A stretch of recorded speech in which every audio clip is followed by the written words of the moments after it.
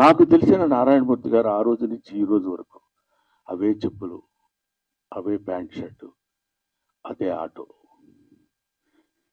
ఒక్క ఒక్క cinema hit అయితే ఏ రకంగా మనం ప్రవర్తిస్తున్నామో ఈ రోజుల్లో మనకు తెలుసు. 2 సినిమాల్లో మంచి పేరు వస్తే ఎలా ప్రవర్తిస్తున్నామో మనకు తెలుసు. ఒక దశాబ్దం కాలం మనం సినిమాల్లో ఉండి నటించి మంచి పేరు వస్తే మన ప్రవర్తన ఎలా ఉంటుందో మనకు తెలుసు. 40 సంవత్సరాల సుదీర్ఘమైనటువంటి దీనిలో ఎవరు ఎన్ని రకాలుగా ప్రలోభ పెట్టినా నో, ఎవరు మీ సినిమాలో నేను యాక్ట్ చేస్తా, వద్దు వద్దు వద్దు వద్దు, మీరేది సార్, మీరు స్టార్, మీరు అలా ఉండండి అని కాకుండా ఇప్పుడు చూసిన ప్రతి క్యారెక్టరు మనకుతో పరిచయం ఉన్న క్యారెక్టర్, మన జీవితంతో మనతో వాళ్ళతో పాటు మనం సంచరిస్తున్న క్యారెక్టర్, వాళ్ళతో పాటు మనం ప్రయాణిస్తున్నటువంటి క్యారెక్టర్స్ తీసుకుని చెప్పాడు తప్ప స్టార్స్ ని పెట్టి నేను సినిమా తీసి అద్భుతాలు క్రియేట్ చేయాల.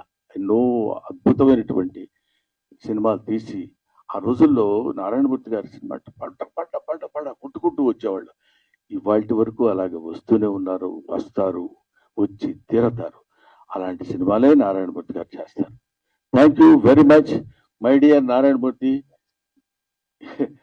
ఎలా పెట్టారో పేరు, నాకు వెంకటేశ్వర స్వామి అంటే ఇష్టం, నారాయణమూర్తి అంటే ఇష్టం. ధన్యవాదాలు మీకు.